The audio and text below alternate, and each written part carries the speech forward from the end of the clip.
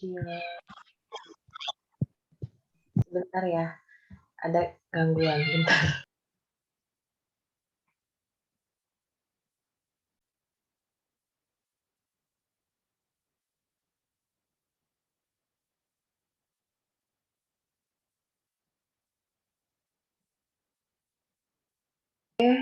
Suara saya ada ya?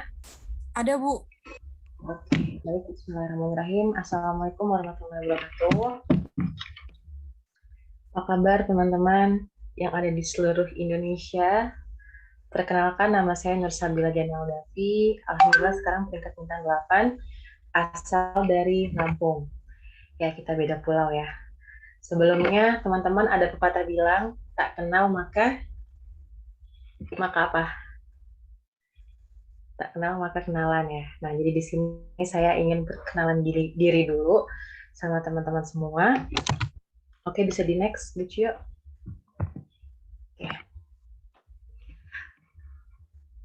Oke. Nah, di sini saya mau sedikit cerita tentang kegiatan atau latar belakang saya gitu ya, sebelum menjalankan usaha PNC. Nah, alhamdulillah saya itu apa namanya, sebelum ini diberikan pendidikan oleh orang tua.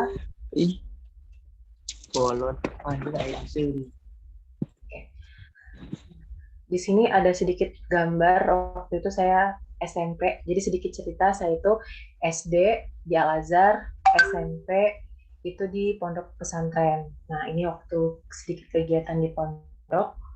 Next.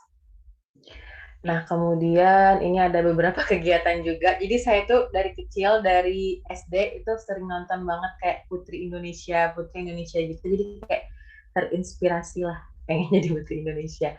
Nah, waktu di pondok itu ada kegiatan mirip-mirip Putri Indonesia gitu, tapi dia semi hijabnya lah kayak gitu kan. Nah, ini saya dapat juara juga waktu di pondok. Terus next, Bucia. Terus ini waktu SMA juga sama di SMA terbaik sih bisa dibilang ya di Lampung. Next. Oke, terus ini juga ada seperti anak-anak SMA pada zamannya lah ya, hobinya selfie, monyong-monyong gitu. Nah, ini saya ikut lomba juga di beberapa kabupaten di Lampung juga. Terus juga saya kuliah di salah satu universitas yang bisa dibilang terbaik banget lah ya di Lampung karena waktu itu universitas satu-satunya di Lampung, Universitas Lampung. Universitas negeri. Nah, alhamdulillah waktu saya menjalankan misiansi ini, saya itu semester berapa ya? Semester 3, next semester 4. Nah, alhamdulillah sekarang saya udah wisuda, meskipun wisudanya lama ya, hampir 6 tahun. Nah, kenapa kok bisa milih wisuda lama? Bukan berarti meremehkan ya, Bapak Ibu, tapi kan di sini kita tahu prioritas. Nah, sedikit cerita waktu saya dulu kuliah semester 4, itu alhamdulillah hasil dari bisnis online ini tuh udah di atas UMR. Nah, di situ saya mikir, kalau misalkan nanti saya kuliah, lulus, kerja, dan masih UMR, kenapa saya harus fokus ke situ gitu. Sedangkan di sini saya sudah mendapatkan penghasilan. Nah, ini tergantung pilihan hidup masing-masing sih. Mungkin di sini ada Bapak Ibu teman-teman yang masih kuliah juga, dilema nih, membagi waktu antara kuliah sama bisnis. Nah, kalau saya pribadi jujur, karena prioritas saya itu waktu itu finansial, jadi jangan sampai kuliah ganggu bisnis gitu. Jadi kebalikan. Jadi kalau kebanyakan orang kan jangan sampai bisnis ganggu kuliah. Nah, kalau saya kebalik, jangan sampai kuliah ganggu bisnis. Alhasil selesai juga kuliahnya gitu kan. Nah, kemudian ini kehidupan sebelum mengenal Piens, bisa di next. Cio, nah ini saya juga waktu tadi kan di pondok tuh yang ikut putri-putrian. Nah, ini saya ikut putri-putrian juga waktu di luar pondok. Ini 2016 waktu itu. Alhamdulillah juara juga. Next. Terus juga saya ikut beberapa kali lomba modeling juga. Jadi bener-bener kayak dari dulu itu pengen banget di dunia entertain ya kan. Pengen famous lah ceritanya gitu. Nah, kemudian next, cita-cita mau jadi artis ya kan, pengen terkenal lah. Anaknya sanguin banget, gitu. Sanguin banget lah. Mungkin di sini ada juga gitu kan, yang mau jadi artis entertain. Nah, kemudian cita-cita saya berubah ketika saya mengenal bisnis seperti itu. Nah, oke, hobi saya dulu selfie. Saya bener-bener konsumtif banget, orangnya boros banget. Dan setelah saya mengenal bisnis ini lebih ke tepatnya kayak mana gue bisa dapetin di barang tanpa harus ngeluarin duit. Nah, tuh mulai otak cuannya berjalan. Nah, sampai sekarang saya menggunakan metode itu tuh Bapak Ibu ya. Gimana caranya? Kalau kita pengen barang, kita nggak ngeluarin duit, sudah dapat untung. Itu dengan cara dijual, gitu kan. Kita jualan dulu. Nah, alhamdulillah dari kecil saya tinggal di rumah ini dan saya umur berapa ya? 3 tahunan. Nah, ini sedikit cerita. Ini kan di perumahan. Nah, perumahan itu kiri kanan belum ada yang tingkat. Waktu itu rumah saya tingkat sendirian lah. Nah, ini bukan untuk sombong-sombongan ya, tapi ada cerita di balik rumah ini. Gitu. Ya, nah ini keluarga saya waktu masih kecil, sayanya. Oke, next. Nah, tapi itu dulu ya, lihat ini cerita waktu I remember years ago, someone told me I should take caution when it.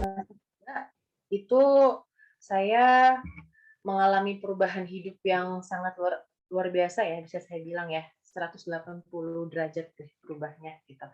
Nah, jadi singkat cerita waktu 2016 itu orang tua mengalami apa ya, bisa dibilang siklus perubahan hidup lah. Yang tadinya itu aman, nyaman, berubah gitu kan. Singkat cerita orang tua bangkrut. Nah, waktu itu bingung sempat kayak mau kemana ya kan. Mau ngelamar kerja juga, mau kerja jadi apa, mesti biasanya SMA juga gitu kan. Terus mau kerja juga nggak ada yang part time, terus juga mau kerja juga kerja di mana. Nah, akhirnya bisa di next. Waktu saya lagi dilema-dilemanya itu saya bertemu dengan sosok orang yang bisa dibilang kalau misalkan saya ditanya nih, sebutin nama orang yang salah satu berpengaruh dalam hidup kamu. Nah, saya salah satu orang yang sebutin namanya beliau. Nah, ini Bang Thomas. Mohon give applause untuk mentor saya, Bapak Ibu ya. Nah, Bang Thomas ini mentor saya yang pertama kali banget kenalin saya di bisnis TNC ini. Nah, singkat cerita, saya itu tahu TNC itu dari SMA. Waktu saya ikut lomba-lomba tadi itu, saya udah minum produknya dan emang naik tinggi badannya, tapi saya nggak tertarik banget sama bisnisnya. Karena menurut saya bisnis kayak gini nih, apa sih nggak jelas ya kan? Ngajak-ngajak orang, jual-jual impian gitu kan, kayaknya nggak jelas banget deh. Nah, waktu itu saya inget banget kata mentor saya, itu beliau bilang kayak gini, kan alhamdulillah saya Islam gitu ya. Beliau bilang nggak ada daun yang jatuh tanpa izin Allah gitu. Artinya daun jatuh pun itu akan jatuh kalau Allah mengizinkan. Nah, sama kayak pertemuan kita gitu kan. Pada malam hari ini pun kalau misalkan Allah nggak redo, mungkin aja kita nggak bisa nih ketemu di Google Meet malam ini gitu kan. Berarti kalau emang udah terjadi, berarti emang Allah udah redo. Nah, singkat cerita waktu itu saya diajakin di pertemuan waktu itu OP dan saya nggak ngerti apa-apa dan saya masih negatif banget sama bisnis TNC ini. Nah, gara-gara perkataan beliau tadi, saya langsung mikir, ya juga ya, kalau misalkan gue nggak bisnis, gue mau ngapain juga, gitu. Nah, akhirnya diajarin, di coaching, gak lama dari itu saya kenal sama Pak Ruli Wahyudi, yang di sebelah kanan ya, yang baju merah. Nah, kalau misalkan Bapak Ibu lihat stylenya, ini sederhana banget, tapi aslinya beliau ini orang yang sangat luar biasa ya, sudah freedom finansial banget. Kalau misalkan ditanya penghasilan beliau itu berapa sebulan, itu bisa beli mobil Agya cash, Bapak Ibu. Tapi luar biasanya, meskipun dengan penghasilan beliau yang luar biasa, tapi beliau tetap keep calm, keep humble gitu ya. Intinya nggak hedon lah. Nah, ini saya belajar sosok kehidupan dari beliau juga seperti itu. Oke, next. Nah, kemudian setelah itu saya berproses juga. Nah, ini ada gambar beberapa ya ngebangun tim seperti yang tadi Bu Cio bilang ya, di sini kita itu ada 2 cara, yaitu dari selling sama networking. Nah, di sini saya berproses ya kan, presentasi gitu kan, next, terus sharing, ikut pertemuan juga, jualan juga, ini lagi meeting juga sama tim di pinggir jalan gitu kan. Nah, kemudian sudah beberapa punya tim juga di luar kota, ada di Prengsewu, ada di Kota Agung. Nah, ini saya dapetin dari media sosial, seperti itu. Jadi buat teman-teman, Bapak Ibu yang punya Instagram, itu sayang banget tuh kalau nggak dipakai untuk cari prospek ataupun cari penghasilan gitu ya. Kenapa? Karena dari Instagram sendiri itu bagi saya sudah bisa menghasilkan uang gitu. Nah, nanti di sesi akhir saya akan sedikit sharing deh gimana caranya membangun personal branding di Instagram seperti itu. Oke, di next aja. Dan juga saya punya beberapa tim juga di Metro. Jadi bisa dibilang hampir kabupaten di Lampung itu ada timnya. Next. Nah, kemudian ini juga sama masih di Lampung dan alhamdulillahnya saya nggak lama 7 bulan ya dari gabung saya punya tim di Jakarta. Nah, ini sedikit kenang-kenangan nih. 2018 itu pertama kalinya saya ke Jakarta sendirian, malam-malam nih subuh nyampe Monas. Waktu itu naik Damri kalau nggak salah. Nah, jadi luar biasanya bisnis ini itu nggak cuma ngasih uang aja, tapi ngasih pengalaman hidup juga ya. Menurut saya ngasih keluarga baru juga. Karena bisa dibilang kalau misalkan saya nggak gabung di bisnis Tians ini, mungkin saya nggak kenal sama Bu Cio gitu kan. Saya nggak punya tim di Jakarta, di Bandung, dan lain-lain. Jadi intinya ini tuh nggak cuma ngasih kita itu finansial, tapi ngasih keluarga baru juga, seperti itu. Oke, next. Terus, nah ditolak ya, mungkin di sini ada yang sudah pernah gabung, ditolak gitu kan, ditinggalin dan lain sudah biasa. Karena di bisnis ini itu ada kelebihan yang sekaligus kekurangan. Apa kelebihannya? Yaitu nggak ada bos. Kelebihannya nggak ada bos, berarti kita yang ngatur waktunya, kita yang ngatur percepatannya. Nah, kekurangannya apa? Karena dia nggak ada bos tadi, jadi kita terkadang kalau nggak profesional, kita anggap enteng, nyantai deh, kayak gitu. Oke, next. Nah, kemudian ini juga foto di Jakarta, ini di Ciputat. Nah, ini tim-tim saya di Jakarta, seperti itu. Cewek-cewek semua ya. Next. Oke, nah ini sama juga. Nah, bukan siapa yang tercepat, tapi siapa yang bertahan ya Bapak Ibu. Karena di bisnis Tiansi ini bukan dibutuhkan pelari maraton gitu kan. Tapi bukan dibutuhkan pelari sprinter yang cepat, tapi dibutuhkan pelari maraton yang pelan, tapi dia bertahan sampai akhir seperti itu. Terus juga saya dapetin keluarga baru juga. Nah, ini beberapa foto kita jalan-jalan bareng di Bandung. Terus ini waktu ke panti asuhan bareng. Jadi jujur saya itu sebelum mengenal Tians itu nggak pernah yang namanya kunjungan ke panti asuhan ya. Jadi kayak benar-benar sibuk dunia aja. Nah, di sini tuh kita diajarin juga kayak ada loh sebagian harta yang kita dapetin itu punyanya mereka seperti itu. Jadi saya pribadi sih nganggep ini bisnis nggak cuma sekedar bahas dunia, tapi insya Allah kita diajarkan atau dibawa ke akhiratnya juga lah kayak gitu. Oke, next. Oke, nah ini juga sama di Hotel Sakit Bogor ya, bintang 5 kalau nggak salah. Nah ini waktu di Bandung jalan-jalan. Nah, buat teman-teman yang suka traveling, pas banget gabung di bisnis Tiansi ini karena kita kadang agak bingung bedain antara kerja sama liburan. Karena kerjanya itu pasti sambil liburan, seperti itu. Nah, alhamdulillah setelah berproses, saya mendapatkan beberapa pencapaian. Sekali lagi ini bukan buat sombong-sombong atau bukan buat pamer-pameran, tapi sebagai indikator, Bapak Ibu. Kenapa? Bisnis itu bicara hasil. Artinya kalau Anda berbisnis, nggak ada hasilnya, itu namanya bukan bisnis. Namanya itu sedekah, ya kan? Nah, jadi kalau misalkan kita pengen punya bisnis, kita harus tahu dulu kira-kira apa yang bisa kita dapetin kalau kita sukses di bisnis tersebut, seperti itu. Nah, di sini saya sedikit sharing aja, siapa tahu dari yang saya dapetin, beberapa hal yang saya dapetin ini salah satu impiannya teman-teman Bapak Ibu juga, seperti itu. Mohon izin sharing, bisa dibantu slide-nya, Bu Cio. Oke. Nah, di sini alhamdulillah saya gabung, itu kan tadi 2016 akhir 2017 lah ya. Nah, terus 3 bulan dari gabung saya beli motor second. Nah, cuma itu motornya nggak ada fotonya di sini, tapi tadi di videonya ada. Nah, setelah itu karena motornya second, mogok ya, Xeon motornya banget. Saya sebel kan, masa motor mogok-mogok mulu sih gitu. Akhirnya pas saya sebel, saya udah deh gue harus beli motor baru cash. Nah, akhirnya saya beli motor baru cash putih warna merah, warna kesukaan saya ya. Next. Nah, ini waktu itu cash. Nah, ini dia nih yang Xeon yang itu apa merah. Terus next.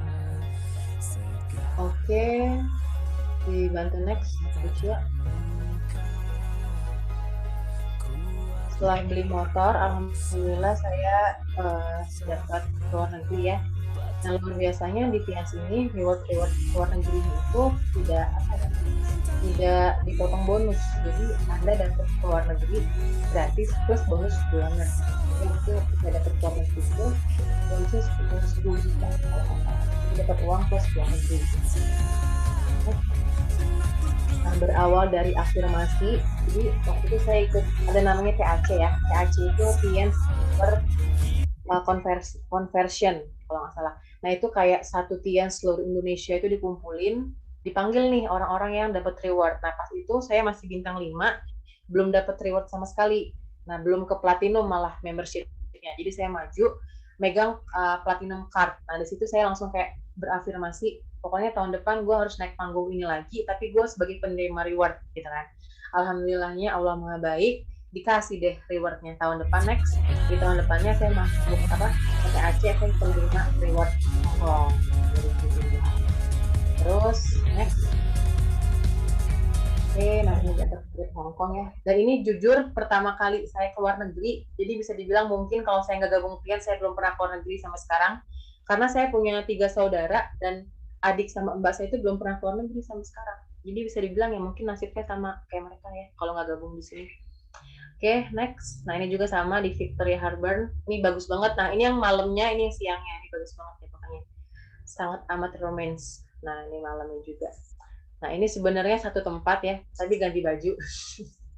Itu tips tuh buat Bapak Ibu yang keluar negeri, mau dapat fotonya banyak, jadi bawa baju yang banyak aja gitu. Jadi setiap spot-spot ganti baju. Next. Oke, ini juga sama di daerah-daerah situlah, nggak jauh-jauh ya dari laut-laut tadi. Tapi saya tetap ganti baju, ganti jilbab. Oke, dibantu next. Nah, terus saya juga dapat laptop gratis. Nah, ini laptop yang pertama, waktu itu 2018 juga, 2018 akhir, dapat laptop gratis. Laptopnya saya kasih ke mbak saya. Tuh, training juga di Bogor.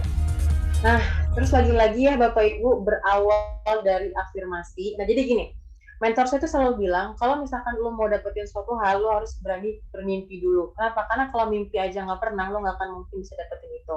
Nah, terus kita harus berafirmasi. Afirmasi itu apa ya? Afirmasi itu kayak kita membayangkan kalau diri kita mendapatkan hal tersebut. Nah, jadi karena saya emang udah bisa nyetir, dari tamat SD kalau nggak salah, SMP itu sudah bisa nyetir. Jadi kerjaan saya itu kalau misalkan lagi gabut atau lagi ngedown gitu ya, lagi capek sama bisnis, saya main ke showroom-showroom. Seolah-olah kayak mau beli mobil gitu loh, gitu. Nanya, ini harganya berapa, gini-gini. Sampai waktu ini terakhir, saya ke Datsun, saya pap ke mentor saya ya kan. Nih bang, lagi di Datsun gitu kan, dikasih minum juga, dikasih snack juga. Kalau misalkan ditanya sama orangnya, kapan mau belinya? Doain aja ya, kayak gitu. Nggak akan dimarahin kok, percaya deh, nggak akan dimarahin. Nah, itu saya pap, saya kirim ke mentor saya. Ini sedikit gambaran contoh chat saya sama mentor saya, ya kan. Januari 2019, kawanin gue ya, bang, kita bawa mobilnya ke rumah. Saya bilang kayak gitu kan. Maafin kalau banyak salah, misalnya ya. Minta maaf kalau lagi mau berjuang. Gue mau habis-habisan nih, Oktober, November, Desember. Jadi ada waktu 3 bulan. Amin, pasti bisa, kata Bang Thomas kan. Kurang 60 juta. Jadi waktu 3 bulan saya chat itu, saya bilang, 3 bulan nih harus ngumpulin 60 juta, kira-kira bisa nggak? Kayak gitu kan. Nah, alhamdulillah Allah Maha Baik, Allah memberikan titipan gitu ya, yang tadinya target saya itu 2019 beli mobilnya, Januari, tapi dikasih Allah maju lebih cepat satu bulan. 2 Desember 2018 saya beli mobilnya Datsun, seperti yang saya test drive waktu di dealer, seperti itu. Nah, itu kekuatan afirmasi. Bedanya yang saya beli second gitu ya, nggak baru.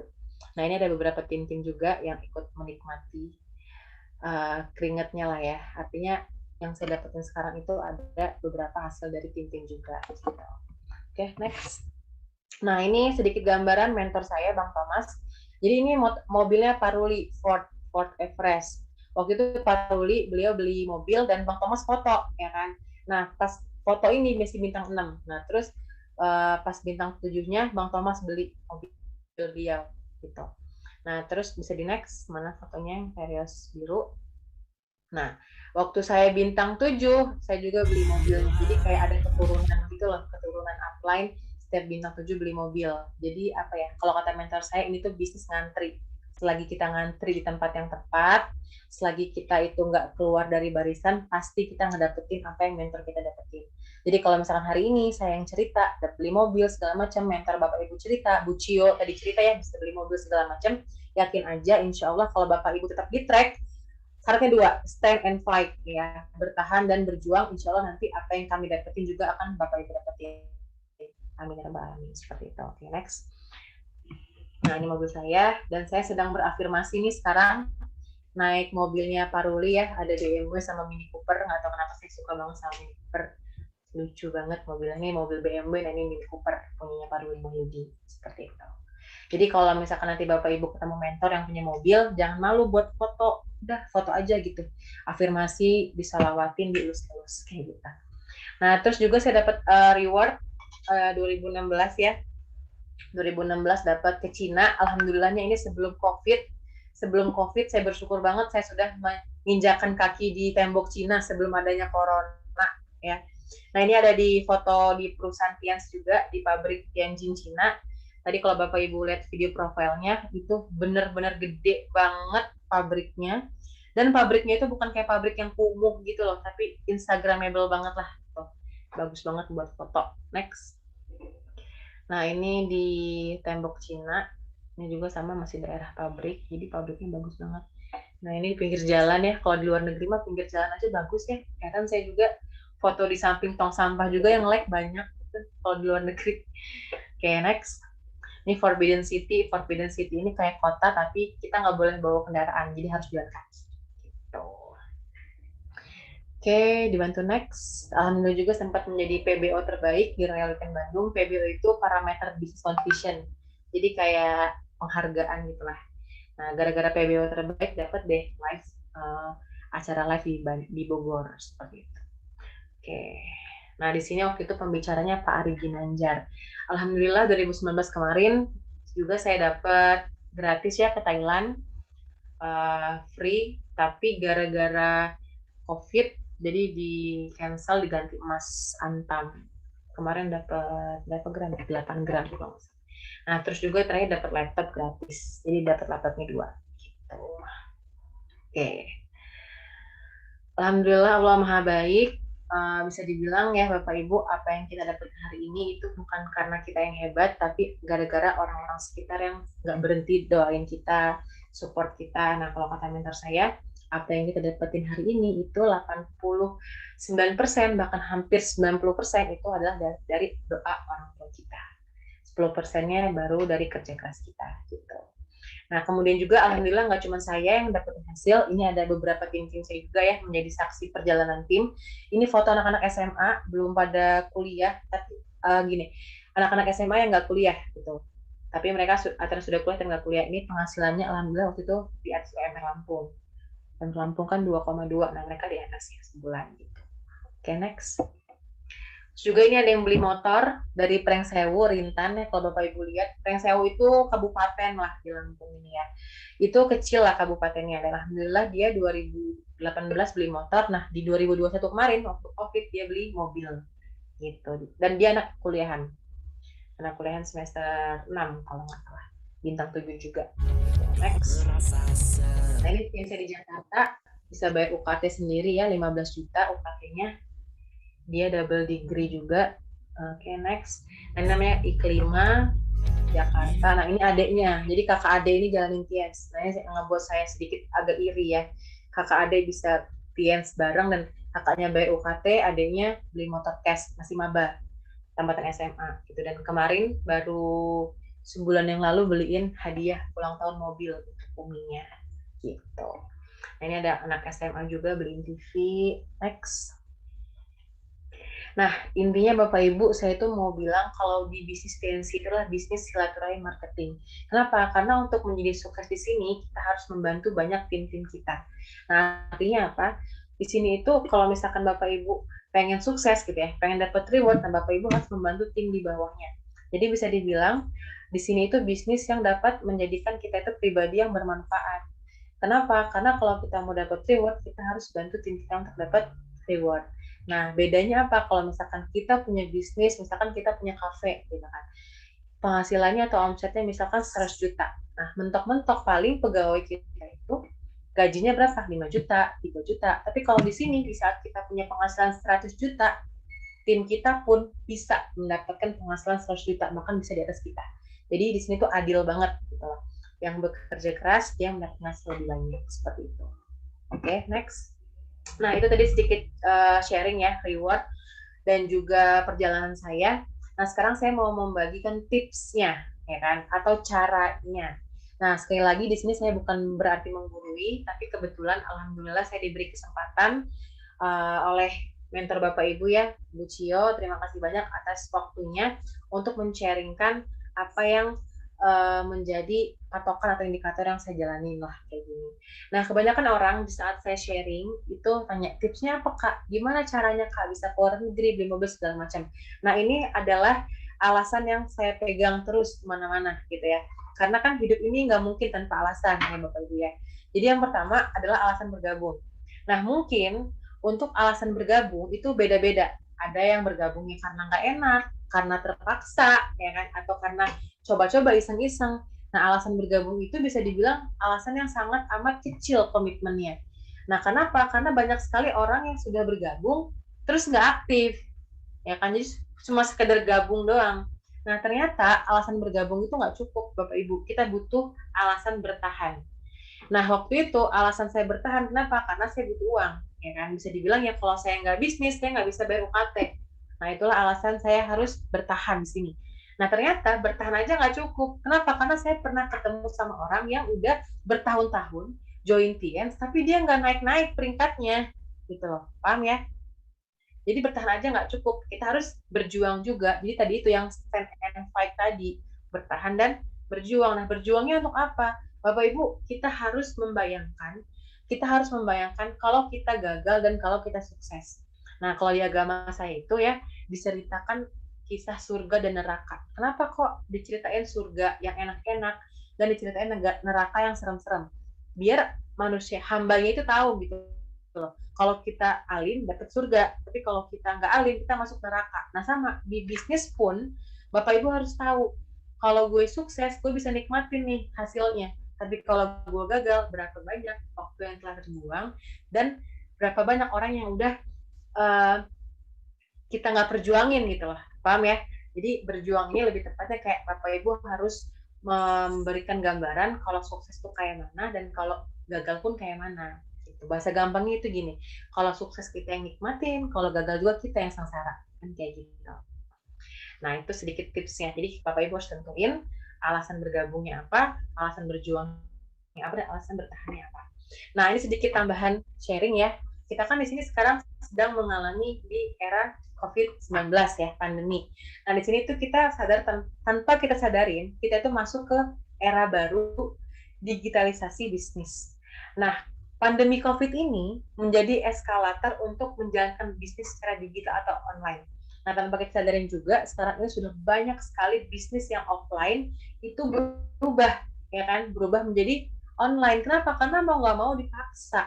Mau nggak mau nih, yang tadinya Google Meeting itu bagi kita kayak aneh, kayak nggak nyaman, tapi nggak mau harus dipaksa.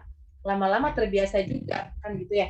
Nah, jadi itulah yang dimaksud dengan eskalator atau pemaksaan, tapi pemaksaan yang produktif. Yang tadinya itu kita kuliahnya itu offline, sekarang harus online. Yang tadinya itu kopdar itu harus offline, sekarang harus online. Nah, tanpa disadarin dengan adanya COVID ini justru kayak menyadarkan kita bahwasanya dari rumah pun kita bisa punya penghasilan. Dari rumah pun kita masih bisa meeting. Dari rumah pun kita masih bisa membangun jaringan seperti itu. Oke, next. Nah, ini ada beberapa perubahan ya. Kita harus bisa melek bisnis secara digital, go digital sebelum apa wafat.com. Karena sudah banyak sekali Bapak Ibu bisnis-bisnis yang mati, ya kan? Di era pandemi ini bisnisnya mati. Kenapa? Karena nggak mau berubah tadi, nggak mau bertransformasi tadi, gitu kan? Dan sebaliknya, banyak sekali bisnis-bisnis yang masih bertahan karena dia online. Contoh dia sekarang sayur box, ya sayur box tuh. Itu jualan sayur tapi online, ya kan? Atau yang gampangnya deh apa ya ojek gitu kan online. Jadi artinya sekarang ini serba online. Jadi sayang banget kalau kita tidak memanfaatkan digital untuk membangun bisnis seperti itu. Oke, next.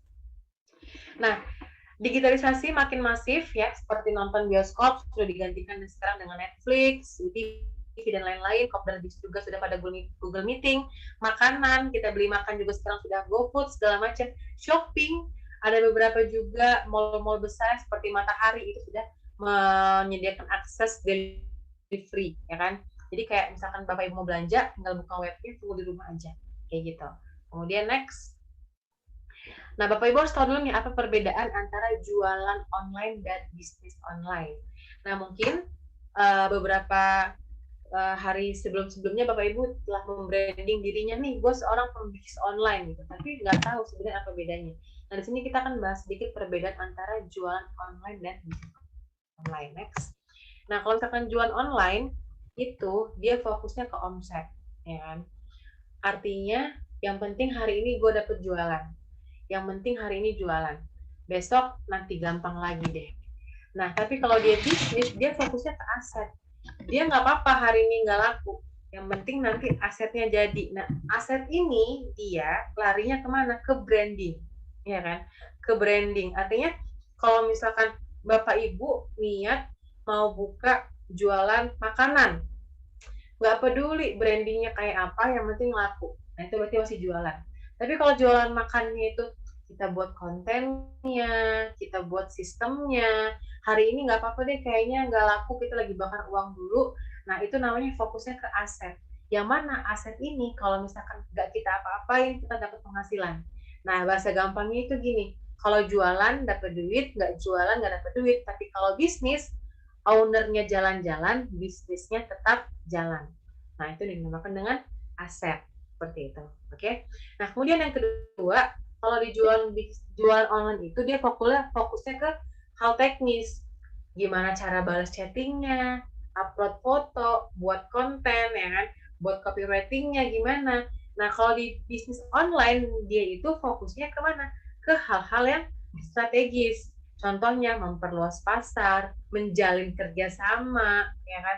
Artinya kalau misalkan di bisnis online ini dia nggak perlu bisa semua, tapi dia bisa membangun tim yang bisa mengcover kekurangan dia. Contoh deh, saya nggak jago marketing nih, tapi saya bisa produksi. Ya udah, di saat kamu buka bisnis, kamu harus cari orang yang jago marketing. Jadi bukan apa ya, bukan gimana, tapi seperti itu. Oke, siapa yang akan mengembangkan bisnisnya. Nah, kemudian kalau jual online itu dia lebih ke jangka pendek, yang penting jualan. Tapi kalau bisnis online dia ke jangka panjang, atau yang saya bilang tadi yaitu bangun branding seperti itu. Oke, next. Nah, kemudian ini ada role play-nya, ada aturan mainnya. Yang pertama, Bapak Ibu, kita harus memiliki mindset yang tepat dulu. Nah, mindset yang tepat itu apa? Nah, ini penting banget ya. Kenapa? Karena mindset ini adalah awal mula kita mulai bisnis. Kalau misalkan mindset di awalnya kita cuan, di saat kita nggak cuan, kita anggap bisnis kita gagal. Padahal, yang namanya bangun aset itu tidak berbicara untung di awal. Contoh deh, Bapak Ibu, misalkan mau bangun kos-kosan, ya kan? Modal nih tanah 100 juta, bangunan misalkan 200 juta. Taruhlah total modal 300 juta. Nah, pertanyaan saya, apakah dalam waktu setahun langsung balik modal? Enggak mungkin, ya kan? Misalkan dari 300 juta tadi cuma bisa bangun 10 kamar. Nah, per kamar itu misalkan biaya kosannya 10 juta, ya kan? Berarti berapa? 10 kali 10, 100 juta. Nah, tadi kan modal 300 juta. Berarti nunggu 3 tahun dulu nih. Setelah 3 tahun, baru deh balik modal. Dan maaf ngomong, meskipun kita meninggal, asalkan tadi kosannya ada yang ngisi, uang tetap jalan. Nah, itu namanya mindset yang tepat. Nah, itu namanya bangun aset. Jadi kita nggak bicara hasil dulu, yang penting udah jadi dulu asetnya. Nah, nanti kalau kita sudah nggak kerja pun, aset itu akan terus ngasih penghasilan ke kita.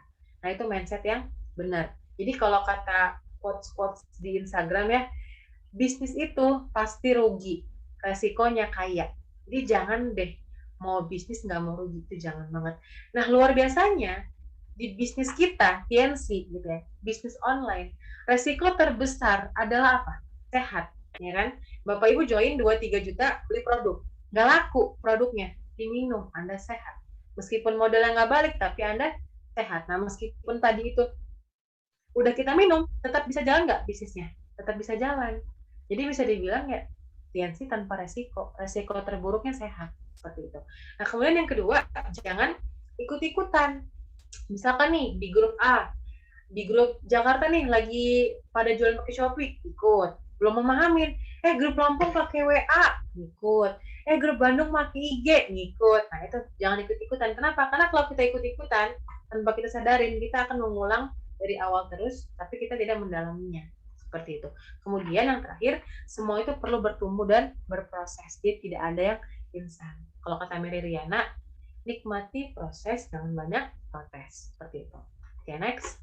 Nah, ini ada beberapa hal yang harus dimiliki ya oleh seorang digital marketing pemula. Yang pertama traffic, next. Yang kedua ada konversi, yang ketiga relationship. Nah, traffic ini apa? Traffic ini adalah lalu lalang atau apa ya? Masuk keluarnya database ke tempat kita. Seperti itu. Nah, bisa di next. Untuk mendapatkan traffic ada beberapa ya cara. Ada Facebook marketing, Instagram marketing, YouTube marketing, TikTok marketing, dan lain-lain dan lain-lain. Nah, untuk traffic sendiri Bapak Ibu itu ada dua cara. Ada yang organik, cara yang gratisan, dan ada cara yang berbayar, yang paid iklan. Nah, ini kedua-duanya sangat bagus, tidak ada yang buruk. Tapi tinggal Bapak Ibu tentukan dengan kebutuhan dan kemampuan. Contoh deh, kalau misalkan anak SMA nih nggak punya uang buat iklan, tapi punya waktu untuk ngulik cara organik, ya udah lakuin itu. Karena nggak sedikit loh orang yang jualan organik bisa sampai puluhan juta juga. Tapi kalau misalkan nih orang kerja nggak punya waktu, sibuk, tapi punya uang, nah disarankan untuk melakukan yang pakai ads tadi yang berbayar. Kenapa? Karena kalau kita jualannya pakai yang berbayar tadi, itu bisa dibilang mengurangi capeknya kita, karena capeknya diganti dengan robot seperti itu. Tapi konsekuensinya ya kita harus bayar ilmunya, bayar iklannya, dan lain-lain seperti itu. Nah, kemudian yang kedua ada konversi. Nah, konversi ini ada beberapa tahapan lagi. Yang pertama persuasi. Nah, persuasi itu apa Bapak Ibu? Persuasi itu gimana caranya orang yang kita tawarkan itu nyaman dengan produk kita. Atau cara gampang itu bahasanya adalah teknik closing skill. Nah, untuk teknik closing skill ini ada dua cara. Ada soft selling sama hard selling. Nah, kalau soft selling itu kita jualan, tapi kayak nggak jualan. Namanya juga kan soft ya. Contoh gini, misalkan saya hari ini habis ada kegiatan di lapangan misalkan panas banget, terus habis nyampe rumah saya maskeran, saya foto misalkan di Instagram, capek banget nih hari ini habis kerja di lapangan gitu, saatnya me time, pakai masker terbaik dunia, titik. Nah, itu saya sedang pakai masker tapi saya nggak jualan. Nah, nanti akan ada mungkin orang yang nanya, lu pakai masker apa? Nah, di saat orang sudah nanya, lu pakai masker apa? Nah, itu saatnya kita masuk ke jualan. Itu namanya soft selling. Nah, tapi kalau hard selling, itu jelas-jelas kita jualan. Ready stock, masker, bla bla bla bla bla. Seperti itu. Nah, ini ada sangkut pautnya dengan personal branding. Nah, personal branding ini apa? Personal branding ini adalah apa ya? Cover atau cara kita mengemas diri kita di media sosial untuk sebagai apa? Contoh deh, mungkin Bapak Ibu di sini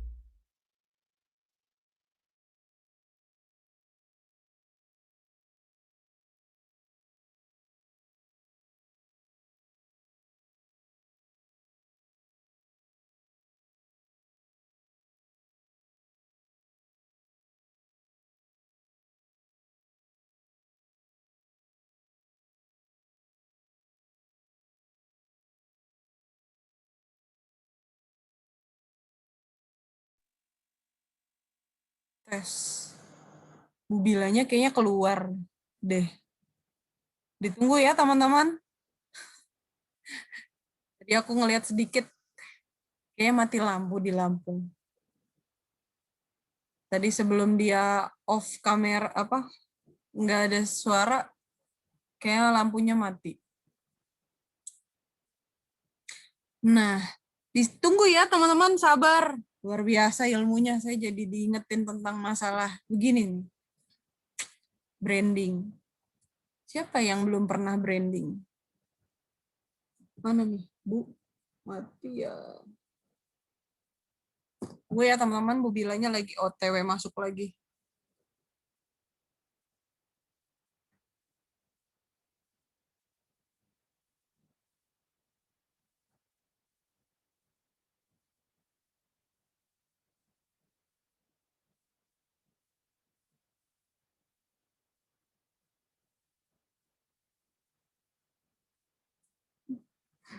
Mati lampu sepertinya. Ditunggu ya teman-teman. Oh ya, yang di Zoom, yang belum aktif videonya dari tadi aku video loh, nyalain dong videonya. Karena aku dari tadi ngecekin siapa yang lagi on video. Oke, kita tunggu sebentar. Lagi masuk Bu Bilanya.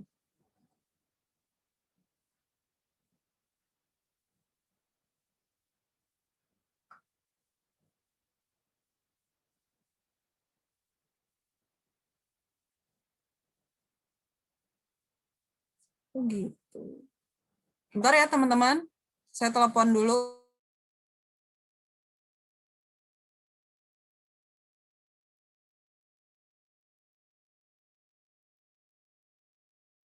Mati lampu. Wi-Fi-nya masih loading. Ditunggu ya teman-teman. Rumahnya aku mati listrik, tapi udah hidup ini. Bentar, Wi-Fi-nya masih loading. Oh berarti dia nunggu Wi-Fi-nya. Siap, nggak apa-apa. Oh ya teman-teman, siapin pertanyaan ya. Karena nanti di sesi akhir boleh tanya jawab. Tapi paling mungkin dibatasi kurang lebih sekitar 5 pertanyaan aja. Yang mau nanya boleh di grup WhatsApp. Ada grup WhatsApp kelas bisnis online, kelas bisnis online Jumat, itu boleh nanya di situ. Atau kalau yang di YouTube bisa nanya di kolom chat. Nah, yang di Zoom juga boleh nanya. Ini saya aktifin, tuh udah diaktifin kolom chatnya. Jadi buat yang mau nanya-nanya dari sekarang, boleh apapun, nggak usah malu. Justru kalau malu nanti tersesat di jalan. Soalnya yang saya kenal ini, si Bu Bila ini orangnya tuh personal brandingnya kuat banget di Instagram. Beliau itu mau orang beli produk atau orang join sama bisnisnya itu kenalnya dari Instagram doang, kebayang nggak? Jadi dia personal branding di Instagramnya itu kuat banget. Makanya dia kayak dapat customer, dapat prospek tuh seperti gampang banget gitu. Nah, makanya boleh tanya apapun karena saya sendiri pun mau nanya sama Bu Bila gitu. Jadi buat yang mau nanya, nah silahkan di sini chat aja ya teman-teman.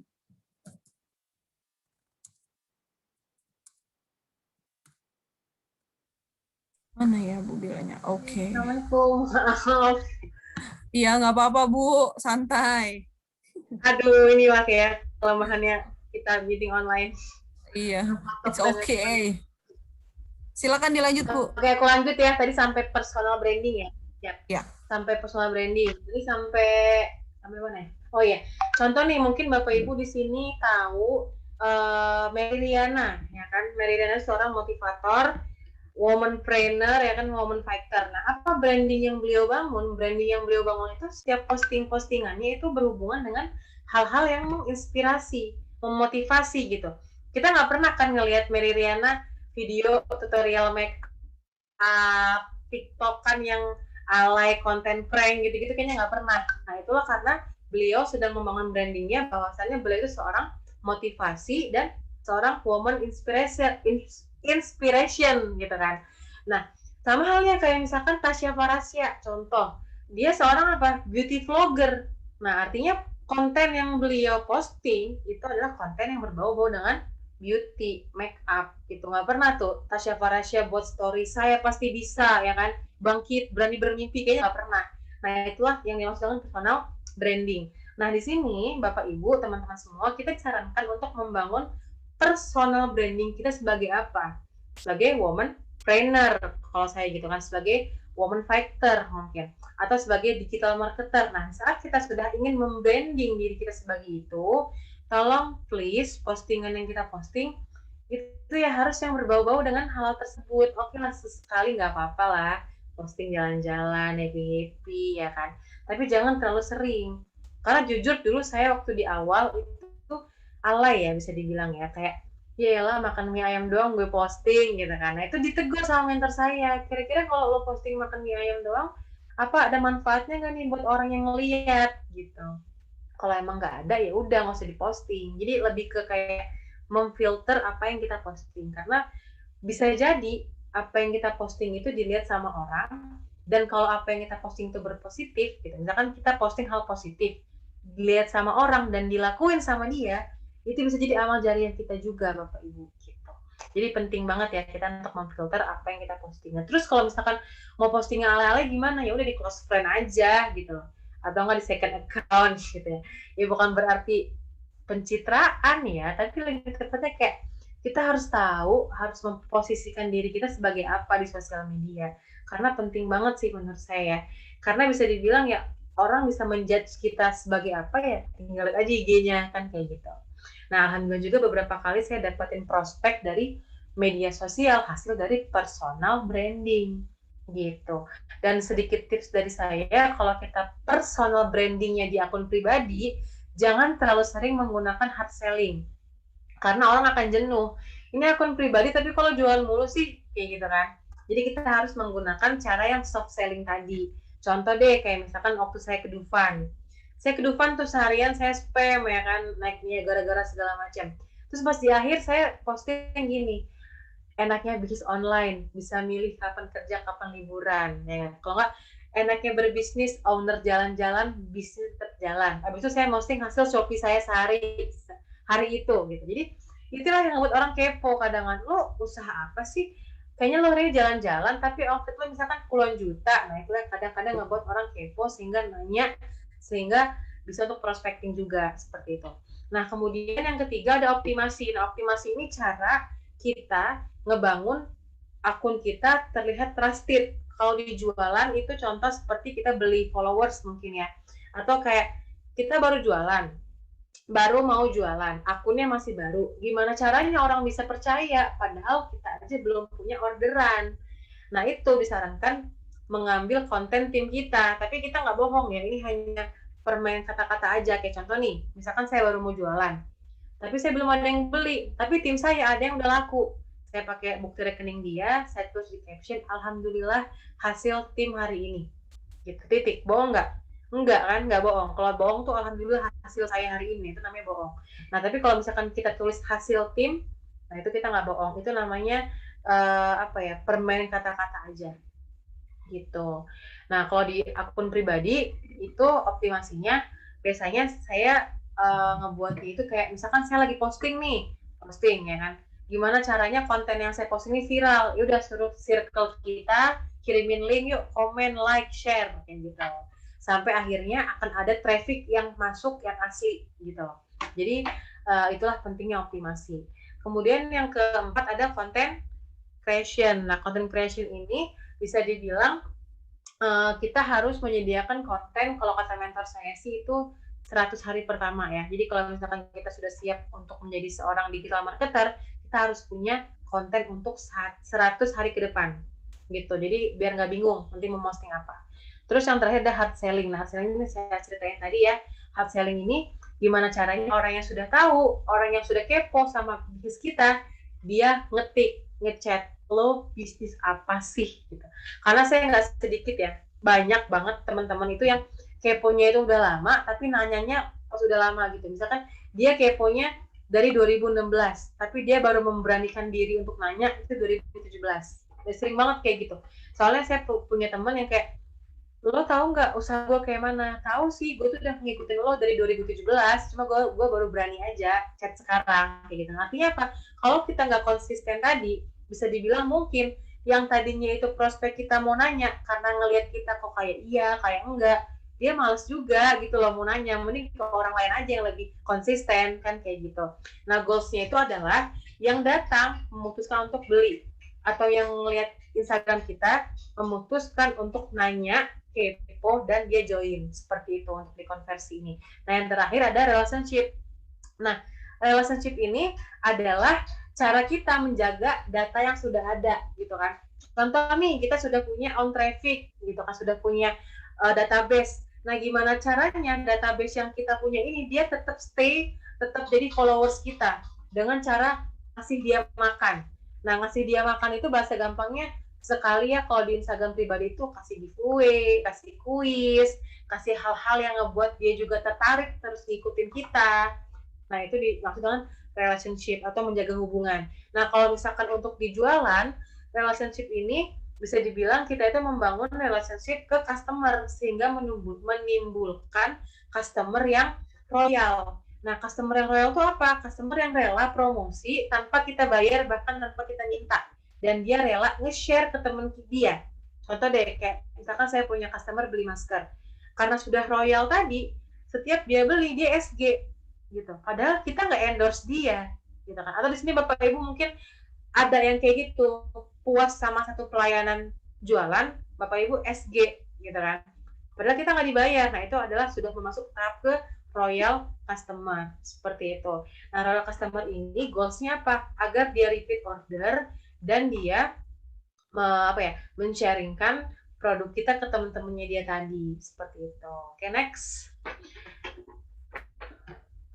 Nah, ini kan goalsnya yang beli bisa terus berlanjut atau dia melakukan cross selling. Cross selling itu membeli barang yang sebelumnya nggak dia beli. Awalnya dia beli masker, sekarang dia beli teh, terus dia beli peninggi badan, kayak gitu. Next. Nah, ini ada customer journey juga.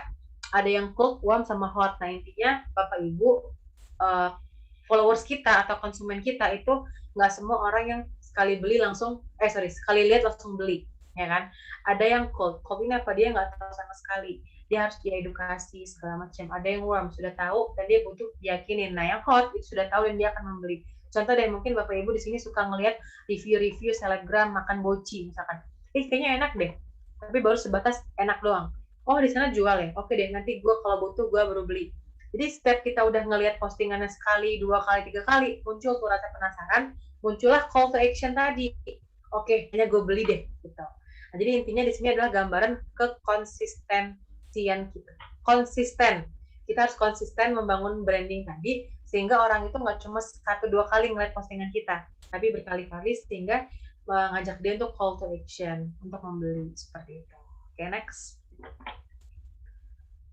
Oke, terakhir ya. Jualan itu ada mantranya yaitu sharing-sharing dahulu, selling-selling kemudian. Jadi jangan ngimpi kita nggak pernah promosi, kita nggak pernah buat story jualan tapi ada yang beli. Lucu. Kadang saya punya tim tuh ngeluh, kok nggak laku ya segala macam. Pas tanya kapan terakhir promosi? Sebulan yang lalu. Hello, kok kamu lucu sekali gitu. Nggak pernah sharing tapi berharap selling gitu. Jadi intinya kita harus sharing-sharing dahulu, selling-selling kemudian. No sharing, no selling seperti itu. Oke, terakhir semoga bermanfaat.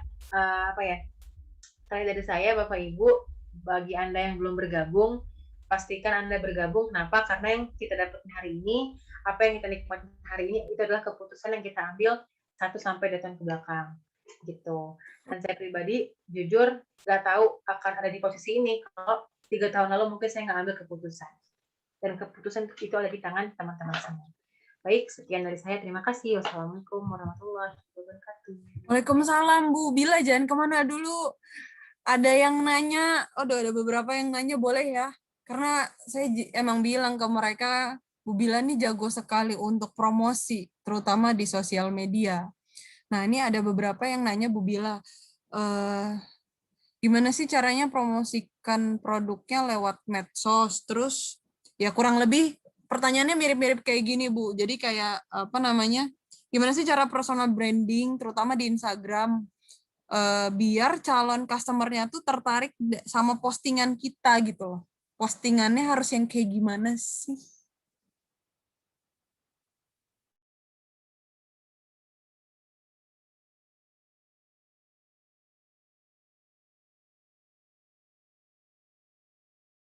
Bentar Bu, belum jadi host, akun lagi nyari Nur Sabila.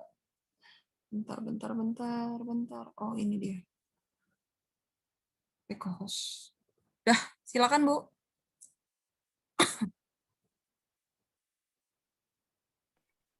Oke, nah jadi tadi kan pertanyaan gimana biar orang tertarik ya. Nah sebenarnya gini sih, kalau saya pribadi ya, kalau misalkan tanya kayak gini, jujur, kalau saya pribadi sampai saat ini pun kayak kadang nggak tahu gitu ya postingan mana yang bikin laku. Kadang udah kayaknya udah konten bagus banget, tapi tetap aja nggak ada yang beli. Kadang kalau pas di saat nggak niat tapi ada yang beli, intinya itu di konsisten tadi. Karena kembali lagi ke journey of customer tadi, ada yang cold, warm, sama hot. Bisa jadi di saat kita posting yang bagus kontennya, itu yang ngelihat orang-orang yang cold tadi, orang-orang yang emang nggak tahu dan emang dia belum merasa butuh gitu. Tapi kalau ntar dia besok yang ngelihat lagi, besok yang ngelihat lagi, itu akan masuk ke alam bawah sadar. Sampai di mana di saat ingat spirulina, ingat Bill's Beauty Care kayak gitu. Jadi dibutuhkan konsisten tadi, itu yang paling penting sih. Dan sebelum kita jualan, kita harus tahu dulu produk yang kita jual ini bagus apa enggak. Jadi nggak cuma sekedar jual hoax doang gitu loh. Kenapa? Karena kalau produk yang kita jual ini sudah bagus, artinya dia sudah bisa menjual dirinya sendiri, ya kan? Contoh deh, kayak kita kan tahulah masker Spirulina Tians ya. Kalau Bapak Ibu cek di Google, masker terbaik dunia tanpa sebut merek yang keluar apa? Spirulina Tiansi. Nah, artinya apa? Untuk produk yang kita akan pasarkan nanti, itu sudah produk yang hot market. Sudah bagus, dia sudah bisa menjual dirinya sendiri. PR-nya apa? Tinggal kita konsisten apa enggak ngasih tahu ke teman-teman kita kalau kita jualan. Nah, terkadang kesalahan beberapa tim saya pribadi di saat jualan adalah dia tidak konsisten. Artian gini deh, Bapak Ibu di Jakarta pasti tahu Bittersweet by Najla ya. Tahu kan mesti. Artinya Bittersweet by Najla yang udah gede aja, dia masih bakar uang loh untuk giveaway, bagi-bagi Vespa, bagi-bagi emas, endorse gitu loh. Artinya online shop yang udah gede aja dia masih promosi. Nah, lucu aja kalau kita online shop yang belum gede-gede banget, tapi kita sudah mager-mageran. Gitu sih. Kalau dari saya, intinya nggak ada caranya gimana-gimana, yang penting main banyak. Karena main banyak itulah kayak ibarat kita ngelempar dadu. Kalau kita ngelempar sekali 2 kali, kemungkinan untuk orang ke-6 kecil sekali. Tapi kalau kita ngelemparnya 100 kali, mau ngelempar sambil merem kek, sambil kebalik kek, jungkir balik kayang kek, itu pasti angkanya akan keluar. Kayak gitu. Nah, kalau di digital marketing itu perhitungannya 1:100. Jadi 100 yang lihat, 1 yang beli. Jadi kalau misalkan Bapak Ibu buat story, yang ngelihat cuma 5, nggak ada yang beli, ya wajar. Berarti yang ngelihat kurang banyak. Seperti itu. Jadi intinya main banyak aja. Itu sih kalau dari aku, Bu Cia. Oke. Bu, ada lagi gini. Gimana sih kan nawarin orang yang masih ragu karena belum lihat kita nih pakai produknya. Gimana cara nawarin orang-orang baru untuk gabung dan nawarin produk tuh biar tertarik? Oke. Ini maksudnya bergabung ke membernya? Apa beli? Iya, dua-duanya sih. Jadi katanya dia, gimana sih cara ngeyakinin? Soalnya ragu karena dia belum ngelihat kita pakai produknya. Berarti ini jualannya offline ya? Orangnya harus lihat. Lihatnya tuh maksudnya dia tuh nggak tahu online ya, mau online mau offline sih. Iya, iya. Oke. Nah, gini sih, kan terkadang juga kayak aku nih, aku kan nggak langsing gitu ya.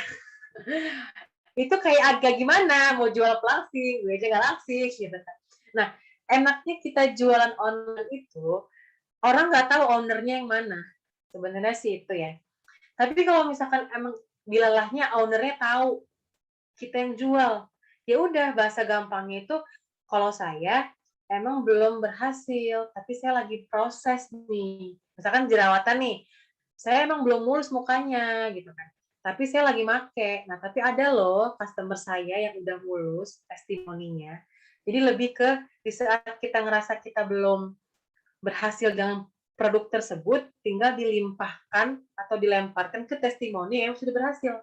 Karena logikanya si masker spirulina contoh nggak akan menjadi masker terbaik dunia kalau nggak bagus gitu. Dan kayak beberapa cara lagi untuk tahu dia bagus apa enggak itu dari Google Trend.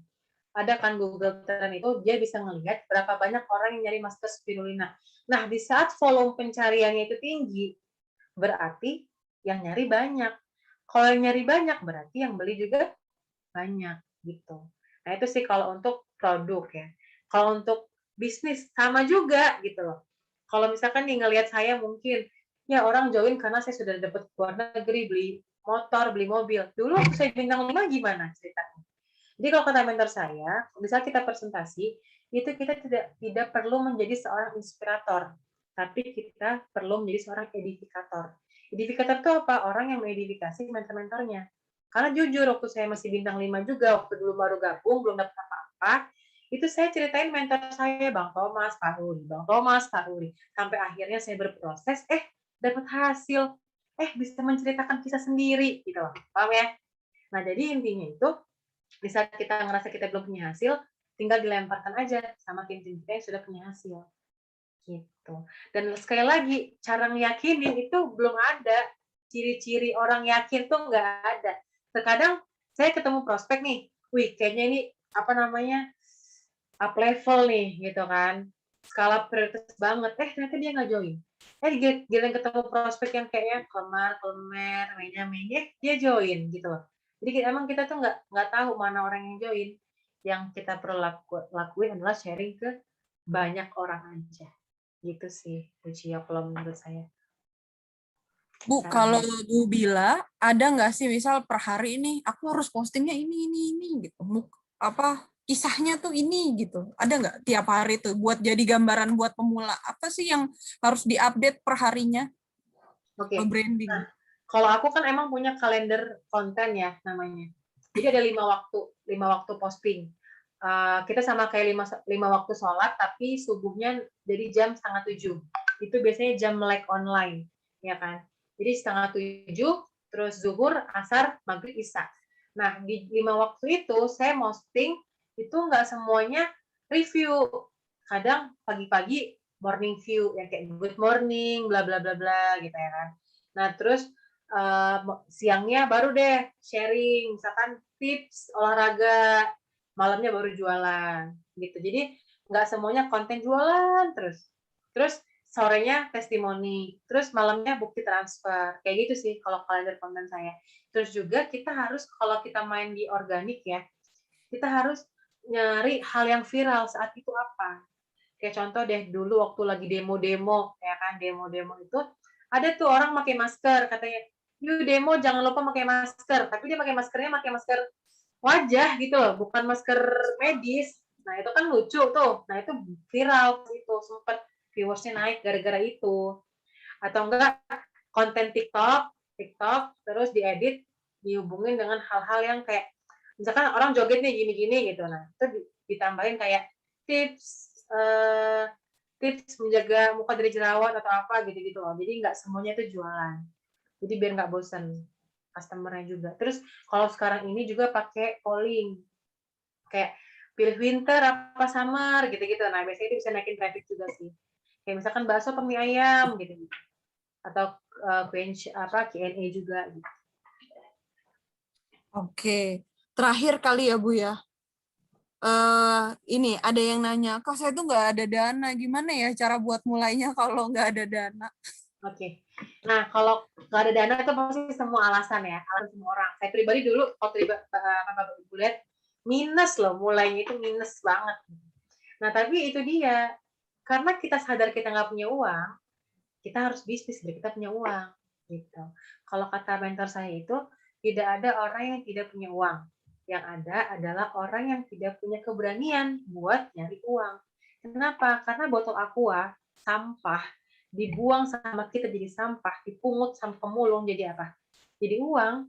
Artinya sampahnya bisa jadi uang gitu loh, kalau kita emang mau. Nah, jadi kalau misalkan pengen gabung, nggak punya uang, ya cari uangnya. Entah minjem, entah jualan dulu, entah minta ke orang tua. Nah, itu adalah salah satu ikhtiarnya. Gitu. Karena kalau kita mikir uang, ya semua orang juga nggak punya uang, kan gitu ya. Dan nggak salah loh kita minjem uang untuk bisnis tuh nggak salah. Karena saya beberapa kali ya sharing sama pengusaha-pengusaha konvensional, modalnya ratusan juta, itu rata-rata dari ngutang juga gitu loh. Tapi ya kalau bisa ngutangnya di tempat yang tanpa riba, kan gitu. Pilihan sih. Jadi lebih ke situ. Tinggal seberapa besar kemauan kita untuk mulai bisnis, dan situlah muncul keinginan kita buat cari uang. Karena kalau masalahnya uang ya semua orang pasti mau uang. Gitu sih. Lebih ketemukan solusi. Gitu. Oke, terima kasih ya Bu Bila buat waktunya. Wah, luar biasa banget deh hari ini, ilmunya mantap. Jadi yang penting rutin dan konsisten ya Bu ya. Benar, jam terbang dan main banyak. Oke, thank you Bu Bila. Kalau Bu Bila mau duluan boleh ya. Siap. Makasih semuanya atas waktunya. Makasih Bu Cio. Yo, makasih, aku yang makasih loh Bu buat sharingnya. Ya, semoga Oke. bermanfaat ya. Mohon maaf apabila ada salah kata. Wassalamualaikum. Waalaikumsalam warahmatullahi wabarakatuh. Nah, teman-teman, saya mau agak ini ya, apa namanya, kesimpulan sedikit. Jadi buat teman-teman tadi ada beberapa pertanyaan yang nggak kejawab. Ini saya mau jawabin beberapa karena rada greget.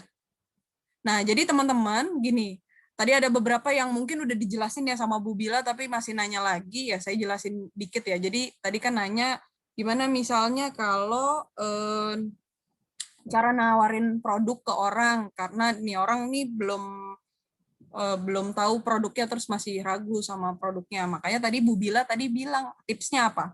Tipsnya jangan cuma jualan mulu, tapi ya kita soft selling. Tiap hari kita rutin update, karena bisa jadi orang yang tadinya, tadi kan makanya Bu Bila bilang, ada loh teman saya yang tadinya dari 2018, dari 2017 ya tadi dia bilang 2017 ngelihat postingan saya, ternyata baru berani ngechatnya 2018. Jadi yang paling penting sebenarnya konsisten, dan yang paling penting sebenarnya teman-teman, kita nih harus bisa menjadi branding dari bisnis kita gitu loh. Jadi kadang nih kita ya tadi Bu Bila juga bilang, kadang lucu juga orang pengen punya duit dari online, tapi orang tuh nggak tahu kita nih sebenarnya apa sih, lu sebenarnya ngapain sih gitu. Orang nggak tahu kalau kalau saya selalu membranding, oh gue nih pengusaha produk Tiansi. Jadi ketika ada orang yang nyari produk Tiansi, dia akan nyari saya, ngerti gak? Dan branding itu tidak terjadi dalam satu malam, teman-teman. Mungkin 2 bulan, 3 bulan, 1 tahun, teman-teman paham ya, kurang lebih segitu. Jadi ada beberapa yang bilang gitu. Nah, terus tadi ada juga yang nanya, gimana cara ngeyakinin produknya. Intinya, nggak ada hal magic untuk ngeyakinin orang. Yang ada, kamu dulu sendiri yakin sama produknya, kalau produknya bagus. Makanya saya selalu bilang kepada tim-tim saya, jangan jual sesuatu yang lu belum yakin. Makanya caranya gimana biar yakin? Pakai produknya. Saya dulu punya omset bisa 40 juta dari peninggi badan. Kenapa? Gara-gara saya yakin banget sama produknya bagus. Kenapa? Saya minum 20 hari naik 4 cm. Aduh modal dong beli produk. Toh dengan saya beli, saya yakin sama produknya, testimoninya dari saya sendiri, akhirnya saya bisa jualan sepede-pedenya. Kebayang nggak? Bisnis itu rela bakar duit. Tadi itu Bu Bila bilang kayak gitu, wah bagus banget gitu. Nah tapi masalahnya nggak ada duit gimana? Saya dulu juga join banyak yang minjem kok. Saya juga dulu joinnya minjem. Jadi intinya tidak ada alasan untuk orang yang mau sukses. Tinggal nanti tanya lagi sama pengundangnya, kurang lebih itu aja karena tadi ada beberapa itu yang nggak kejawab ya teman-teman. Jadi intinya, kalau mau yakinin orang tentang produknya, Andanya dulu yakin sama barangnya, sama bisnisnya. Kalau Andanya sudah yakin sama barangnya, sama produknya, gampang ngeyakinin orang. Mau jago jualan, pakai produknya. Jadi saran saya jangan mulai dari reseller, tapi mulainya dari distributor. Boleh kok DP dulu. DP dari mana? Nah itu ntar tinggal ngobrol sama pengundangnya, cari solusi bareng-bareng. Dan ingat, selalu branding diri. Kita nih dikenal sama teman kita tuh apa? Kalau kita udah dikenal sama teman kita, oh dia pengusaha nih, kalau beli masker harus ke dia nih. Nah, akhirnya lama-lama nanti teman kita kalau butuh, misal mukanya lagi jerawatan, ntar akhirnya ngontek kita. Ya sabar, konsisten. Oke? Paling gitu aja, kurang lebihnya mohon maaf. Assalamualaikum teman-teman. Selamat mengambil keputusan.